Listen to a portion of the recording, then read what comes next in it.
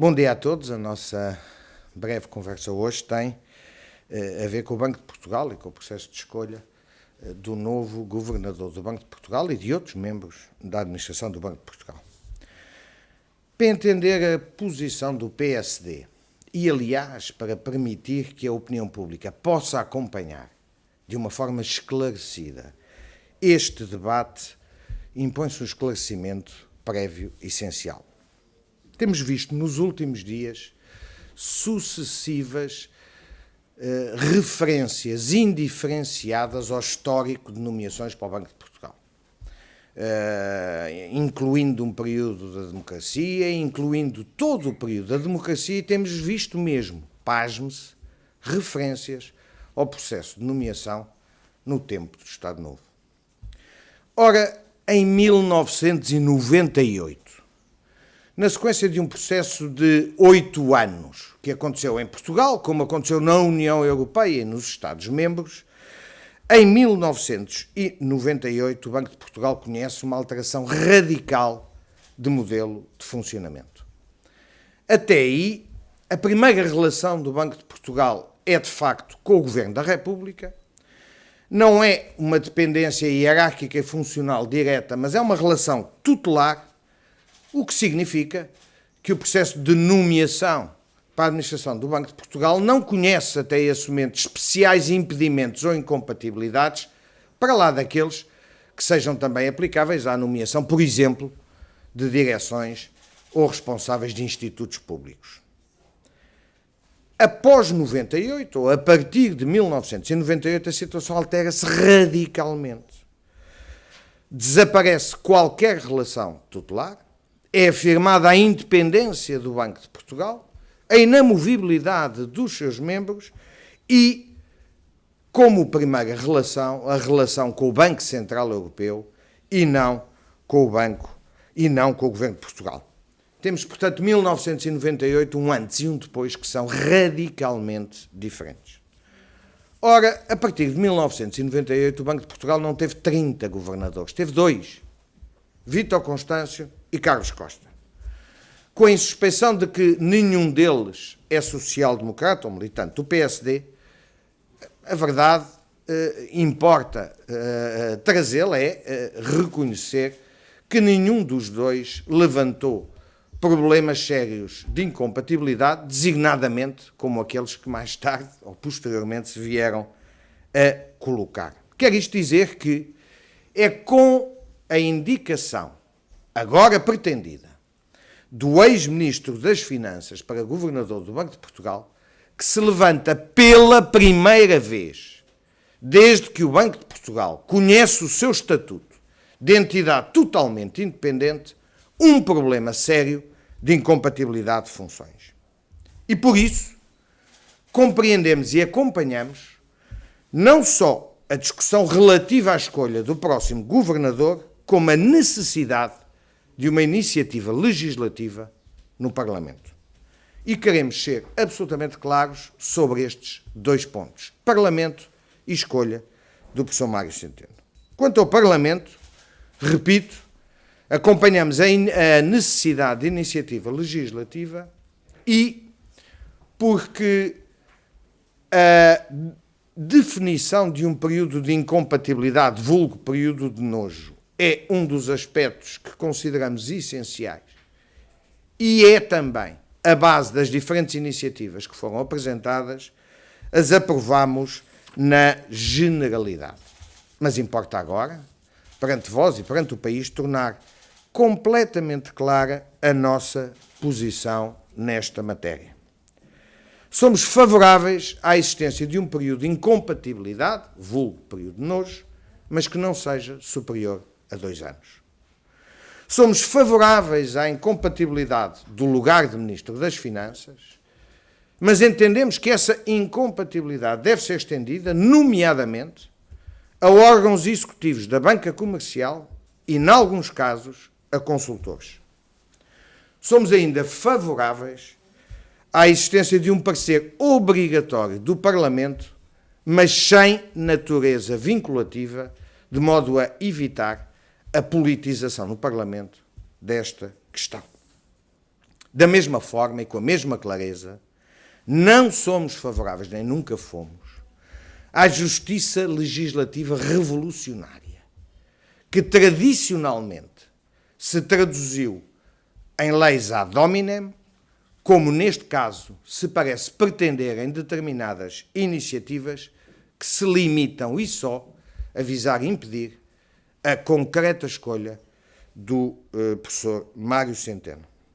No fundo, projetos que por isso visam não é mudar as regras a meio do jogo, como vulgo se diz, é mudar as regras no fim do jogo e alterar completamente, imediatamente, o quadro de estabilidade e confiança que deve suportar os nossos regimes jurídicos. Somos, por isso, repito, contrários a qualquer justiça revolucionária por via legislativa. Somos, sim, e como sempre, favoráveis, por entender ser essa a regra base do Estado de Direito, a iniciativa legislativa que sobre a matéria tenha um caráter geral e abstrato e que, para defender os princípios da confiança e da estabilidade, se aplique para o futuro, como sempre deve acontecer com qualquer dispositivo legal, se aplique para o futuro, de forma rigorosa a todas as situações, mas não sirva para, atropelando princípios, resolver problemas concretos que, se calhar, foram causados ou permitidos por aqueles que, por essa via agora, os querem resolver. A segunda e última nota tem a ver com a escolha concreta do professor Mário Centeno. Sobre isso, duas apenas notas, 2 pontos. Primeiro, a nossa posição é clara e já a comunicámos ao Governo, é uma posição desfavorável à escolha do professor Mário Centeno. Entendemos que é uma escolha desaconselhável, não traz clareza nem reforça a solidez do sistema, pelo contrário, é desaconselhável, é uma escolha que não faríamos e é uma escolha com que não concordamos. Segundo ponto, com a mesma clareza, perguntado se existe hoje quadro legal que permita ao Governo proceder a esta escolha, a resposta é também claríssima. Sim, existe quadro legal. A escolha do professor Mário Centeno é legal e regular.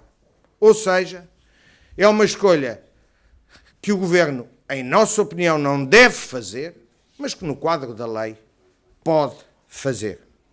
A solução para o problema que, obviamente, isto levanta não deve ser nunca, repito, uma solução que atropele princípios e se traduza em iniciativas ad hominem, deve sim traduzir-se na coragem e na competência para rever com correção e consistência o regime legal aplicável.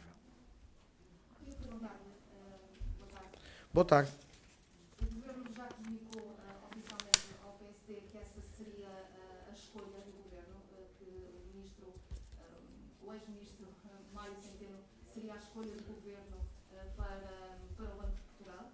Eu penso que o Governo já indicou ao PSD e ao país ser essa a sua intenção. Portanto, quanto a isso, não vale a pena termos hesitações. O Governo, nos contactos com o PSD, já informou, deu nota, nos mesmos termos em que o fez publicamente, da vontade de indicar o professor Mário Centeno para governador do Banco de Portugal. Sobre isso, não vale a pena criarmos dúvidas onde não existem. Não me pareceu, pelas suas palavras, que estava, no fundo, a deixar algumas críticas ao Presidente da República. Marcelo Rebelo de Sousa tem dito que a história está cheia de exemplos de pessoas que saíram dos governos para governadores do Banco de Portugal. Estou a interpretar bem ou não? Está a interpretar bem e não comprometendo o PSD no que agora vou dizer. Para mim, de todas as declarações que sobre a matéria foram feitas, a mais incompreensível, francamente, é de Sua Excelência, o Sr. Presidente da República. Esta é uma questão política, mas é claramente também uma questão jurídica.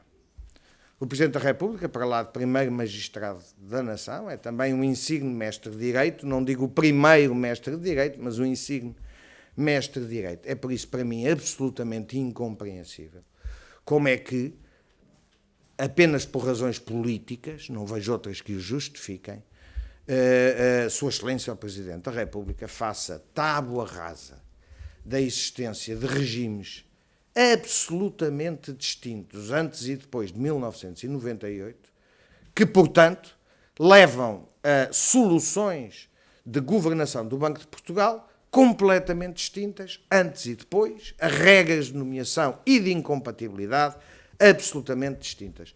Não compreendo, sinceramente, pela especial responsabilidade e pelo claro conhecimento que o Presidente da República tem sobre esta matéria, são completamente incompreensíveis as declarações do Presidente da República. Já agora, que atribui alguma vontade de cooperação com o Governo e de não criar problemas? Eu penso que, por vezes, enfim, todos cometemos gafes. Eu acho, enfim, que a referência ao Estado Novo é necessariamente uma referência infeliz, mas todos as temos. Já a referência a todo o período da democracia, como se o Banco de Portugal, que foi próximo de uma direção-geral ou de um instituto público até determinado momento, e a partir desse momento se torna uma instituição em Portugal e no quadro europeu, em que a independência é condição essencial, que fazendo tábua rasa disso, invoque, a propósito da próxima nomeação, aquelas que tenham ocorrido nesse quadro legal. É completamente, repito, incompreensível. Só por razões de facilitação política. Duas questões. Uma delas é a proposta do PSD, que há um período de 2 anos. Sim. Quando a proposta que está nesta altura em discussão na Assembleia da República estipula um período de 5 anos. A minha pergunta é se essa é uma proposta de alteração que tem que, no fundo, entrar até amanhã, segundo o calendário definido, e se o PSD vai apresentar essa proposta e, no caso de ela não ser aceita, se, assim sendo, rejeita a proposta do PAN. Por isso, eu tive o cuidado de dizer quais são as soluções que entendemos favoráveis, ou seja, que entendemos necessárias, e quais aquelas com que não estaremos de acordo. As iniciativas que contenham as soluções que entendemos necessárias contarão com o nosso apoio. Aquelas que contenham pontos como os que referi, designadamente quanto à sua aplicabilidade, com as quais estejamos em desacordo, não conhecerão o nosso apoio. Por isso, mais do que estar a referir-me a cada uma das iniciativas, acho que é simples e frontal dizer qual é que é a posição do PSD. Ou que somos favoráveis e eu que somos desfavoráveis. Ou seja, sem a introdução de um período de aplicabilidade futura da lei, o PSD não voltará, na votação final global, a aprovar o projeto que aprovou, que não continha esse diferimento no tempo? Não. Aquilo que lhe disse é que, em matéria de aplicação, qualquer diploma que vise apenas impedir a eleição próxima do professor Mário Centeno, ou seja, qualquer diploma que seja, no fundo, uma lei ad hominem, não contará com o apoio do PSD. Repito, não somos adeptos da justiça legislativa revolucionária. Aqueles que visarem apenas isso não contarão com o nosso apoio. Aqueles que, pelo contrário, afirmem a sua aplicação para o futuro, como as regras de direito impõem, por razões de confiança e de estabilidade do sistema jurídico, que garantirem uma aplicação abstrata, geral e abstrata, a todas as situações e a todas as pessoas, mas num quadro de futuro, essas poderão contar com o nosso apoio. Mas, só para esclarecer, porque estou com algumas dúvidas.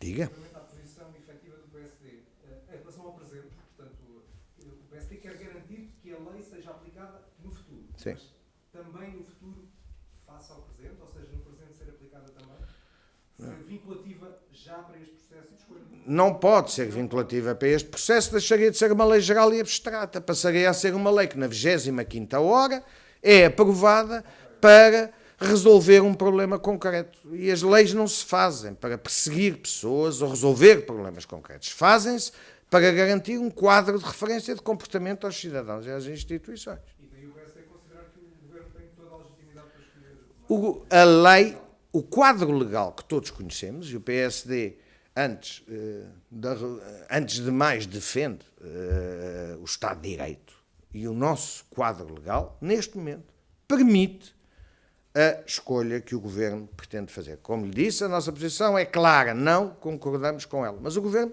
tem direito a fazê-lo, é o quadro legal.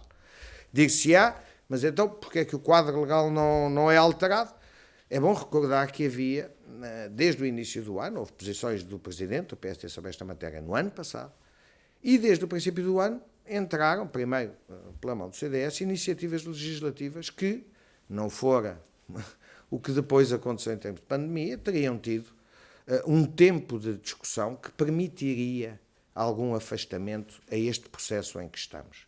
Iniciativas que agora surgem, apenas e só, para impedir uma concreta nomeação, são iniciativas de 25ª hora e com elas não concordamos. Deixa-me só fazer uma pergunta. Eu creio que foi no início do ano, a AFTP, o Presidente do PSD, disse que não votava à partida o nome de Centeno. O que é que mudou, entretanto? Que não Votava à partida o nome de Centeno. Não mudou nada. Não mudou nada.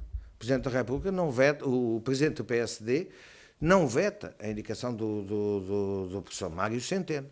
Desaconselha, considera que ela é uma solução que não contribui para a credibilidade e reforço do sistema, pelo contrário, não a faria e, por isso, com ela não concorda. Mas não veta aquilo que a lei permite, porque isso seria fazer, afinal, o tal jogo revolucionário de termos um quadro legal e andarmos a encontrar soluções para o furar.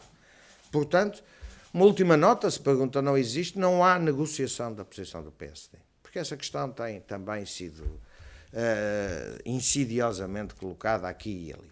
A posição do PSD não é negociável, é esta e já foi comunicada ao Governo. Questão diferente e que para nós constitui uma das condições materiais da independência do Banco de Portugal é que essa administração não seja monolítica ou monocromática e que não seja de perfil exclusivamente partidário. São regras e princípios que sempre foram respeitados, mesmo antes da afirmação de um Estatuto de Independência do Banco de Portugal a partir de 1998 e que esperamos o Governo respeite, mas essa é uma condição de verificação da independência do Banco de Portugal.